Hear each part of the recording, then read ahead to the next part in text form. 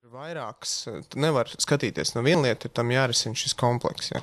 Ir tas, ka, protams, lielākai iedzīvotāju daļai un tas vecākās paaudzes tāds negatīvs arī pāriet uz jauniešiem, par to, ka nekam nav jēgas, visi ir vienādi, ja, tā tad, un nekas nemainīsies. Un pirmkārt ir jābūt dzīvē pozitīviem piemēriem, kas parāda, ka tā tomēr nav. Sāksim ar politiku, kad šie ētikas principi viņi neatbilst tikai uz citiem, bet atbilst uz sevi, ja, ko proponē. Un arī vienotībai šur tur ir jāmācās no šo, un es domāju, ka ir piemēri arī, kur viņi ir mācījusies. Tāpat jābūt pozitīviem piemēriem uzņēmē darbībā, kur arī tā kā sāk noticēt sev, sāk noticēt citiem.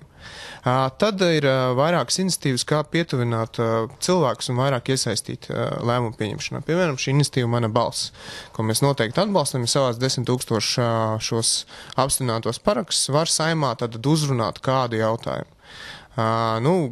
Sākumā noraidīju, šodien iedevu pēc tam uz apspriešanu. Noteikti jāturpina strādāt pie šīs iniciatīvas. Vēl viena lieta, pie kā strādājam un vajadzētu turpināt, ir pašvaldību referendumi. Protams, jānosaka virkni jautājumu, par kuriem varbūt nevar runāt, ja? Tāpat kā nevar būt referendumi, piemēram, par nodokļiem, ja? Tā arī pašvaldībās, bet tā pašā laikā iedzīvotājiem būtu jāspēj lemt par savas komunas darbību un kā, teiksim, organizēt to darbu. Un tas, kas ir no biedrības progresīvie, vēl ir ierosinājums, kad varētu pašvaldībās piešķirt vēlēšana tiesības jauniešiem jau no 16 gadiem.